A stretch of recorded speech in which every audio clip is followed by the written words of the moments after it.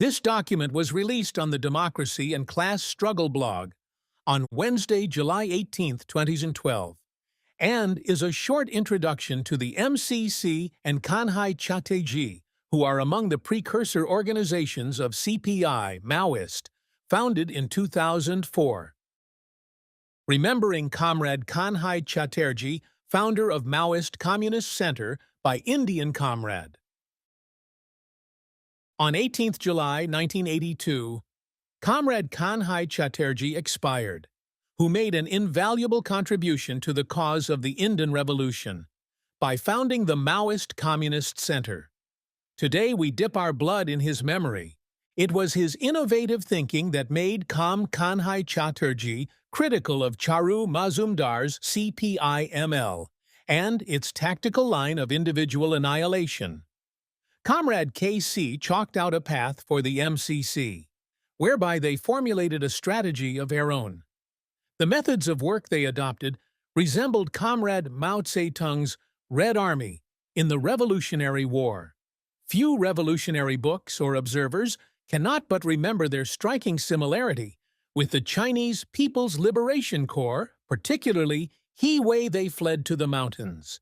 It was Comrade Kanhai Chaterjee who believed staunchly that the time was not appropriate for the forming of the party.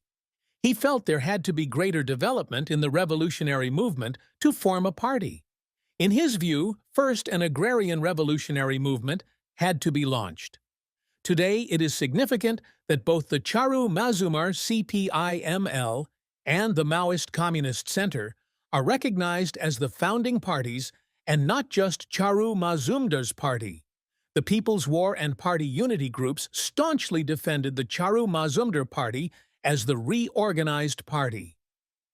History of the formation of the party, compiled from People's March of 2004 issue.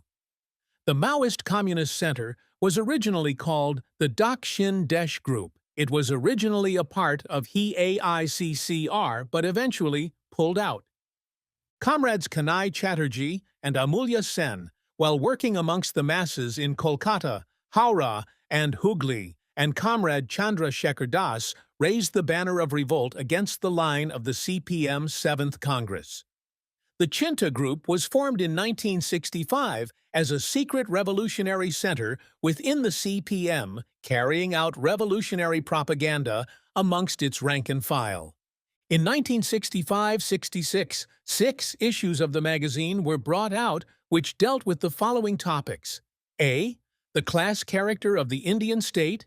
B. China's path is our path. C. Neocolonialism and the weapon of PL role. D. The program of the 7th Congress, the nature of the revisionist leadership and the peasant question in India, etc. The CPM's English and Bengali organs launched a massive attacks on the articles that appeared in the Chinta. This resulted in big discussions throughout the rank and file. In late 1966, the secret magazine Chinta was closed down, and a magazine named Dakshin Desh was brought out openly. The group came to be known as the Dakshin Desh Group. In early 1967, before the Naxalbari uprising, Comrade Kanhai Chaterjee had a long discussion with CM. At this meeting, they had a common understanding on advancing the peasant movement and decided to maintain close relations. But the relations did not grow. From 1967 to 1969, the then Dakshin Desh Group built up the movement in Kolkata, Howrah, Hooghly, Midnapur, Bardwan, Birbhum, and 24 Parganas, together with some work in Assam and Tripura. They built the peasant movement firstly in Sonarpur during the later part of the 60s, and then in Kanksa in Bardwan district. Thereafter, they established some contacts with Bihar. It began work there. In October 1969, the MCC was formed. It was Comrade Kanhai Chaterjee who laid the basic line for their center in the very first issue of Lal Pataka, brought out in 1969. The important topics dealt with were A. The importance of Maoism, then called thought, in the present era. B. In the present situation, the tactical line and tactical slogans. the correct policy towards the participation in elections, and a correct analysis of the boycott of elections, saying that though it was a question of tactics, it acquires the significance of strategy in the concrete conditions of India. See the correct line regarding the Armed Agrarian Revolutionary War, that is, protracted People's War including army building and base areas. D. Correct orientation towards forms of struggle: open and secret, legal and illegal, peaceful and armed. E. The program, tactics and methods of the peasant struggle. F. Approach and method towards the UF. H. Political propaganda. G. On the women's question, the student movement and the nationality question in India. And H. Methods of leadership. Excerpted from People's March Novdex 2004 issue. The founding documents of the MCC stressed the importance of base areas in the revolutionary process. If we are to build armed agrarian revolution, a people's army, and red base areas, we will always have to remain firm on some basic principles regarding their interrelation. The building up and consolidation of the armed agrarian revolution, people's army and base areas. These tasks are related to each other. If we are to build up an agrarian revolution, no people's army can be built up. Similarly, an agrarian revolution cannot be built up without a people's army. Again, without a people's army, no base area can be built up. Similarly, without base areas, the very existence of people's army cannot be maintained. It is only through agrarian revolutionary guerrilla struggle and the establishment of the people's army that a red base area can be built up. Again, through this work alone, can the revolutionary high tide can be accelerated throughout the country, and depending on the base area and with the help of the people's army, the agrarian revolution alone can be consolidated, deepened, and expanded. This statement was a chief demarcating factor of the MCC, with the CPI-ML. Some references from July 1997 issue on a Vanguard regarding polemical differences of MCC with People's War Group. Quoting Kanhai Chaterjee, "It is wrong to say that Dakshin Desh Group left the AICCR because of its differences on the issue of immediate formation of he. Party AICCR did not recognize any group with a separate identity, like he, Dakshin Desh groups, as its constituents. No representative of this group was a member of the East Bengal Coordination Committee, or of he, AICCR. The MCC made the following criticism of the CPI-ML. Naturally, as the party was formed, without following the revolutionary process, method and style, some known degenerated elements could capture some posts in the leadership from he beginnings. This facilitates undeclared groups and a tendency of group mentality and bureaucratism replacing democratic centralism." Kanhai Chaterjee stated, "We have to give utmost importance on organizing extensive political campaign and political exposure campaign on a large scale. Only this will take us towards a path of people's war and inspire the masses to politics of socialism, people's democracy, and armed people's dictatorship under the leadership of the working class. In view of a present semi-colonial and semi-feudal society of India, the exposure of the economy and politics at present, and the propagation of the politics of agrarian evolution or people's democratic revolution will take the center stage in the whole program." Phases of struggle of MCC.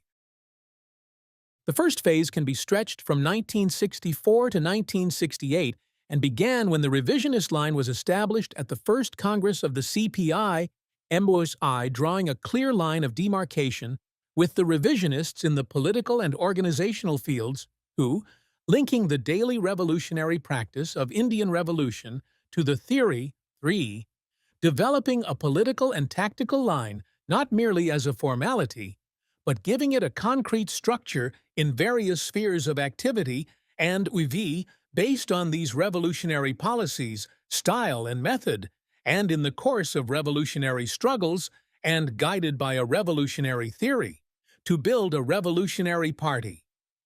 The second phase, which stretched from 1969 to 1978, was a period of implementation of the party's line, policies, and plans. It was a period of gaining practical experience towards the path of establishing the Red Agrarian Revolutionary Resistance War. Work was begun on this basis in the Sundarbans, 24 Parganas, Hooghly, Midnapur, Kanksa, Gaya, and Hazaribagh. Of these experiences, the most encouraging was that of Kanksa and Hazaribagh. Here, a wide movement was built on issues like wage hike, seizure of crops, fertilizer problem, confiscation of grains from landlords, and against various forms of political and social oppression. Also, a wide mass movement was built, some notorious landlords punished, and steps were taken towards disarming of the enemy and arming the people. However, although claiming to differ from Charu Mazumdar's line in their actual working process, their practice was virtually the same. The Maoist Communist Centre also deployed the tactic of individual annihilation of the class enemy. It was Comrade Kanhai Chaterjee who made a rectification of the line where the formation of mass organizations and building of mass movements was indispensable. The MCC did not build separate peasant organization, but had a strategy to build the Krantikari Kisan committees. These committees tried the landlords and redistributed land to the landless peasants. Punishments were awarded to guilty landlords. Mass fronts were also built in his student youth women and cultural front. The Nari Mukti Sangh, a mass organization of women, led a significant movement. It was in 1978 when the MCC made a self-correction and decided to form mass organizations like the Revolutionary Peasants' Committee. The mistakes of the past were analyzed. The third phase, which stretched from 1979 to 1988, was a period of taking the lessons, both positive and negative, of the second phase and enriching both the theory and practice. In this phase, the MCC focused on Bihar, and with the perspective of building a People's Army and base area, the Bihar-Bengal Special Area Committee was established. The Preparatory Committee for Revolutionary Peasant Struggles was formed, and soon revolutionary peasant councils emerged. In this phase, militant struggles developed, and the landlord's authority smashed. Thousands of acres of land seized and distributed to the landless, and property of the landlords seized and distributed. Work on mass fronts. In the open mass work, the Maoist Communist Centre formed the first revolutionary student organization in Bihar, the Revolutionary Students' League, and a strong cultural organizations, the Krantikari Buddhijibi Sangh and the Krantikari Sanskritik Sangh. It also set up various units of the Krantikari Kisan committees, which carried out people's courts against class enemies and distributed land to the tiller. They also consolidated its peasant movement. Another significant contribution of the MCC was the work of their women's front organization, the Nari Mukti Sangh. They played a major role leading tribal revolts of women. In Bihar, however, by the late 1990s, its student and youth front was totally destroyed by enemy forces. The party recruited 500 whole-timers and more than 1,000 members. The emergence of revolutionary student organizations was of great significance in Bihar. The Revolutionary Students' League, led by the Maoist Communist Centre, was the first-ever revolutionary student organization which carried out the first-ever Go to Villages campaign in Bihar by a student front in 1989. In that campaign, they upheld the Chinese Revolution in commemorating the 40th anniversary year. A village campaign was also held in 1993 protesting against the death sentence on MC comrades in the Dalachok Baghera uprising in Aurangabad and against the demolition of the Babri Masjid in December 1992, where a cycle rally was also held. Memorable comrades of the Maoist Communist Centre. In 1978, Comrade Jiblal and several cadres were responsible, or a rectification line in the MCC Comrade Jeblal Mato, was martyred. Comrade Mahato was a peasant activist who was killed in a police encounter. Comrade Kamdeo was the son of a middle peasant who left college to work as a railway laborer. On August 7, 1984, he was engulfed by the police while staging a meeting of the Kanhai Chaterjee. He was shot in cold blood with his hands tied behind his back. His last words were "Long live the revolution." Comrade Rameshwar Yadav was the son of a middle peasant. In 1976, he joined the MCC and became an important peasant leader. He led armed actions with immaculate skill. Ironically, he was killed on Republic Day while conducting a meeting in Lenjoa village in Hazirabad district. Kanhai Chaterjee Committee. Notes compiled from Alok Banerjee's article from World to Win and AIRSF publication Naxalabari. Not just the name of a village, commemorating 30 years. Struggles were adopted through a huge network of villages. In the initial stages, a Kanhai Kisan Sanharsh Committee was formed, Preparatory Committee for Revolutionary Peasant Struggles. When the peasants were organized in large numbers under this banner, these committees we developed into full-fledged Kanhai Kisan Committees, Revolutionary Peasant Councils. The two slogans raised were "All land to the real tillers" and "All power to the peasant committees." The rape and molestation of women was taken up in all earnest. Notorious dacoits were punished. The forcible harvesting of crops planted by landlords on Gair Mazruya land was also challenged, and they were seized by revolutionary committees. All types of disputes were challenged. At the village level, armed Red Defense Corpses were active in supporting the struggles. Self-defense squads were formed of the village youth. The main areas struggle were Hazarabad, Gaya, and Aurangabad. One famous action was carried out on landlord Rameshwar Singh. For years, the peasants were trampled by the landlord's iron feet. On January 6, 1983, the Kisan Committee gathered at Kakari. He was arrested and tried. They not only killed him but burnt his house. This was the first time that people seriously saw the need of combining mass struggles with armed movements. From Gaya to Dhanbad, the struggle spread to Bokaro, Aurangabad, Hazaribagh, and Giridih. Later in land seizure movements starting in full swing from 1986 to 1910s, 7,000 acres of land were redistributed. They also raised spectacular squad actions. In August 2001, an armée squad under the leadership of the Maoist Communist Centre stopped a truckload OG grain and distributed half these acts of pulses to the masses before they were forced to retreat by the arrival of police enforcements. The next night, they repeated the experience, halting 8,000-strong 5 trucks on the Grand Trunk Road.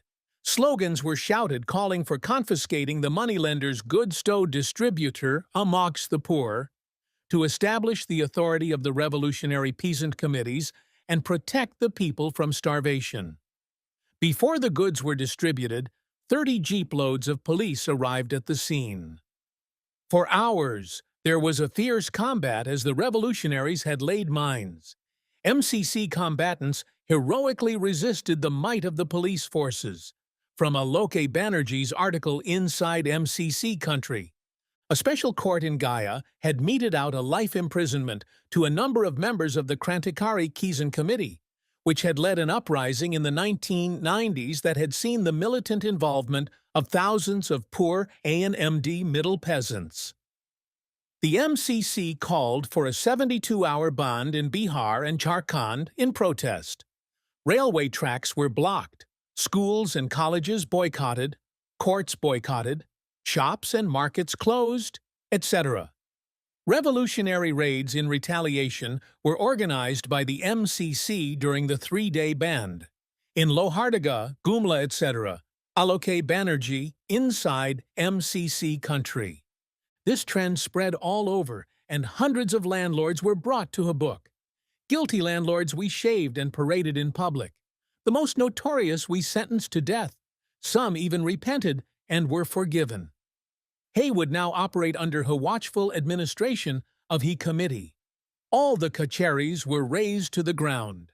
Famous examples were Moha Khan of Kadirganj Maigaya, Madhumati Ing of Balia, Surakasha Singh of Pachmi, Main Singh the owner of 2,900 acres in Inpipra and the Mahant of Bodhgaya. The famous words Utha Hai Tofan Zamana Badal Raha were now echoing all over. A storm has risen. The times are changing. The MCC also called a historic 72-hour ban I Bihar and Jharkhand against a death sentence of members of the Krantikari Kisan Committee who had led a historic uprising. Schools, colleges, courts, offices, shops, and markets remained closed. All movement of vehicles virtually ceased. Railway services came to a standstill. Thousands of people lay on the railway tracks. Business came to a standstill. Revolutionary raids were organized in Lohardaga, Gumla, and elsewhere. Memorable actions compiled from A World to Win article by Alok Banerjee and from AIRSF booklet Naxalbari is not just the name of a village. The MCC launched a series of military-type attacks on the police and military forces. On December 2002, the MCC was able to disarm 66 Jawans in a raid when they captured 50 weapons after attacking a police contingent in Jharkhand.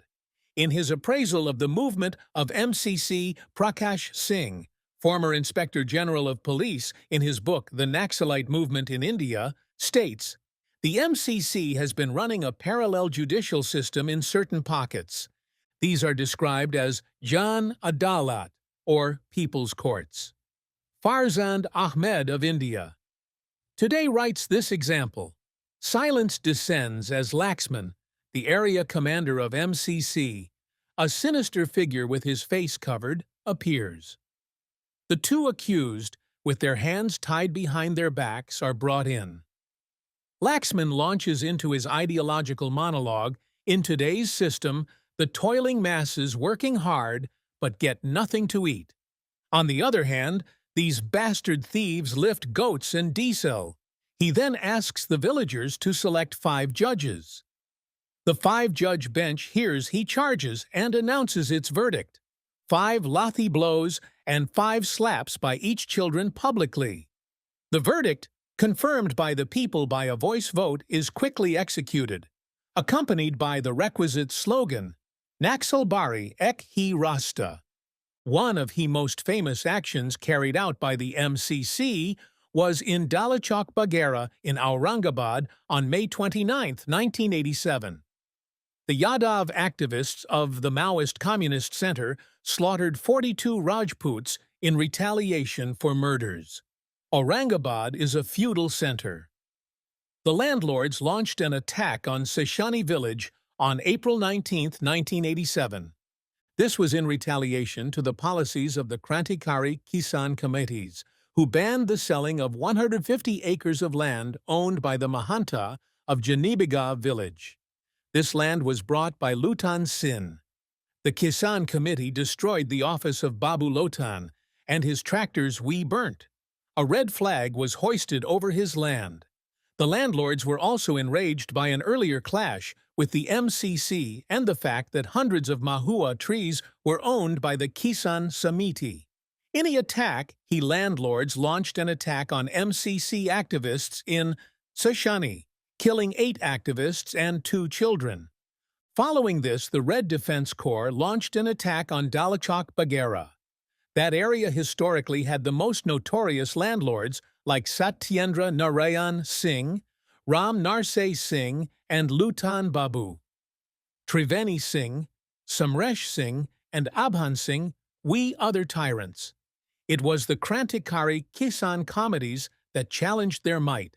Another similar incident took place Ibara village in Gaya district of February 12, 1992, when 37 upper caste members of the Bhumihar caste were hacked to death.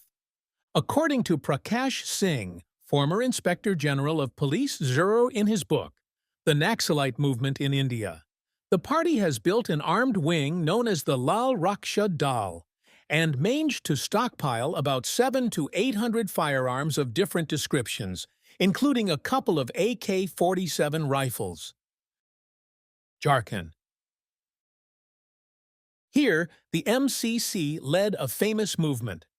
They negotiated with leaders of the Jharkhand Mukti Morcha, like Shibu Soren and Vinod Mahato, that a separate state was no solution for the tribals, and what was fundamentally required was uprooting the social system. Jharkhand, the MCC, waged many a famous struggle, seizing and redistributing landlords' land. They defended the formation of separate state of Jharkhand, but only when it was connected to the overall class struggle. Shibu Soren was unsympathetic, but Vinod Mahato was impressed with the MCC. Between 1987 and 1990, over 7,000 acres of land in Chatanpur were redistributed among the villagers. 4 set offices were attacked. In 1991, the landlords formed the Sunlight Sena in retaliation. The MCC retaliated. Their armed squads liquidated the entire Sena in the region. Writings of Kanhai Chaterjee. If the basic theory of Marxism-Leninism, Mao Zedong thought, on the question of the state and the path of protracted people's war, as the path of new democratic revolution of India are accepted, and if the task of building up of the People's Army and Red Base areas through the agrarian revolutionary guerrilla war in the countryside is really to be carried forward as the primary principle and the central task of the present time, People's War and People's Army must be considered as the principal forms of struggle and organization throughout the whole period of the stages of the protracted People's War, and even after that, according to conditions. At the present stage of building up of the Revolutionary War, the guerrilla struggle and the guerrilla army must be taken as the main forms of struggle and organization, not only in words, but in deeds too. To be more precise, at the present stage of development of the Revolutionary War, all genuine communists must take up as the main task, the task of building up of guerrilla struggle, giving preference to the countryside, and of building up of an underground party and a guerrilla army, which is the primary form of the future Red Army, under its leadership through this guerrilla struggle. In the special situation of India, where the revisionists of various shades and colour wearing the mask of communism have all along been, in words and or in deeds, advocating the line of accomplishing revolution through the so-called Gandhian path of non-violence, or through the so-called peaceful path, or the path of election, where the immense importance of the agrarian revolutionary guerrilla struggle, or of the armed struggle for the seizure of state power, and the immense importance of the building up of the People's Army for the establishment of military power for the party and the people, have all along been denied. And above all, where the path of protracted People's War as the path of revolution has all along been opposed, and on the contrary, where the revisionist mass movements, totally isolated from the agrarian revolutionary armed struggle or armed struggle for the seizure of state power, have all along been one-sidedly emphasized.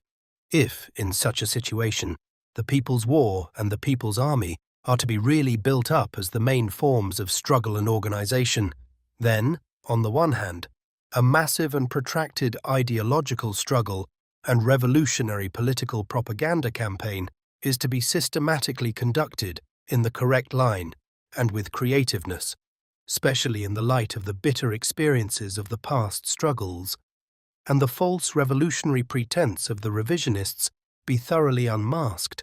On the other hand, more and more people are to be mobilized for guerrilla struggles and in guerrilla organizations with conscious and diligent efforts and with earnestness, firmness, and boldness.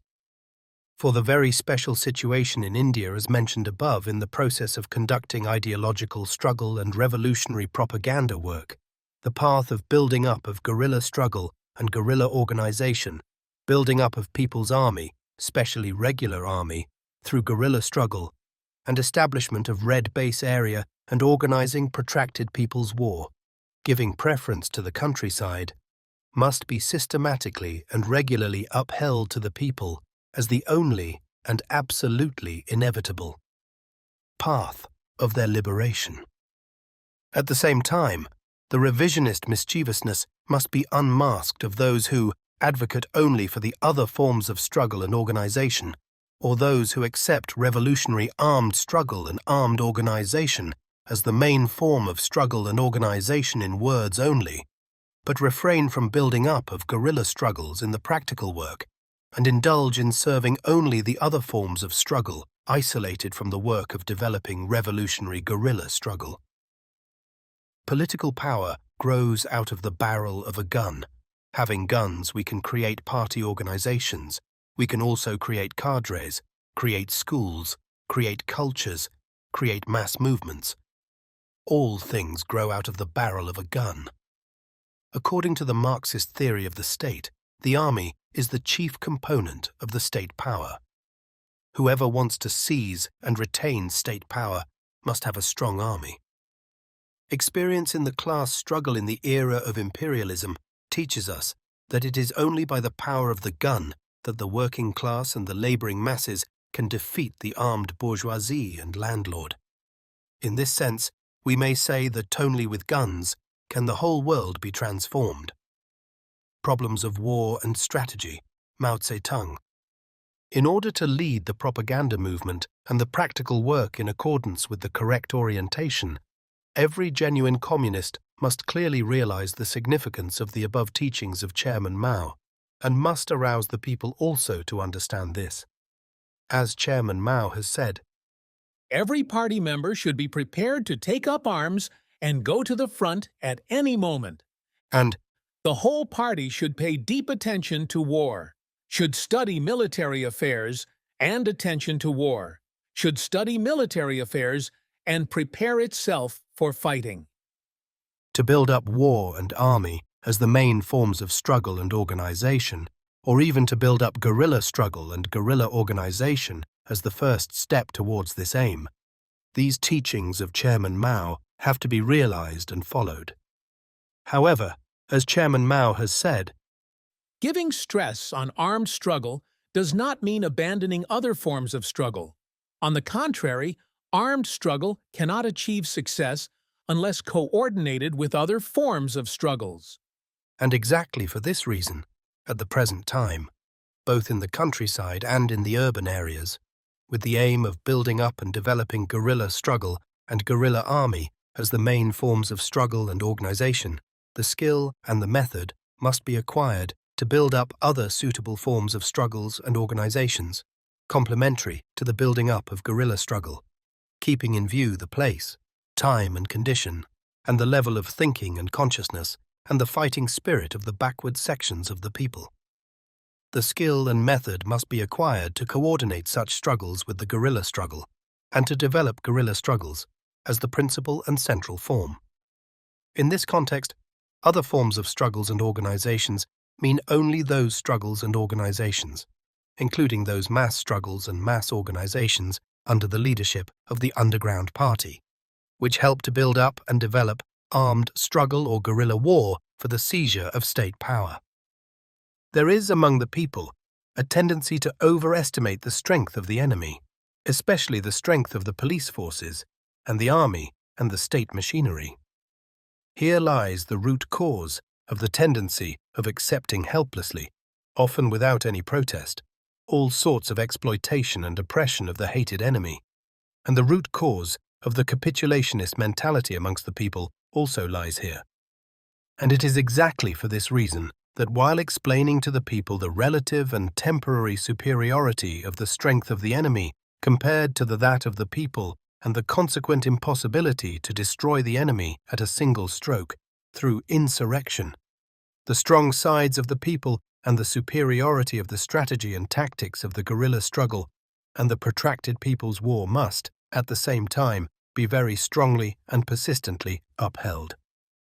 It is to be impressed on the people with all emphasis that, however strong the military strength of the enemy may be, and however weak the military power of the people may be for the time being, by relying on the vast countryside, the weakest position of the enemy, and on the vast masses of the peasantry, eager for the agrarian revolution, and by following the flexible strategy and tactics of the guerrilla struggle and the protracted war, it is entirely possible to defeat the enemy forces in individual partial battles, in different single battles, by way of mobilizing superior forces of the people, a number of times stronger than that of the enemy forces, against the individual sections or parts of the enemy forces, and thus, through such a war of protracted nature, to diminish, bit by bit, the enemy's strength, as the entire of the necessary rice or meal is eaten up mouthful, and to gradually enhance the strength of the people, and finally,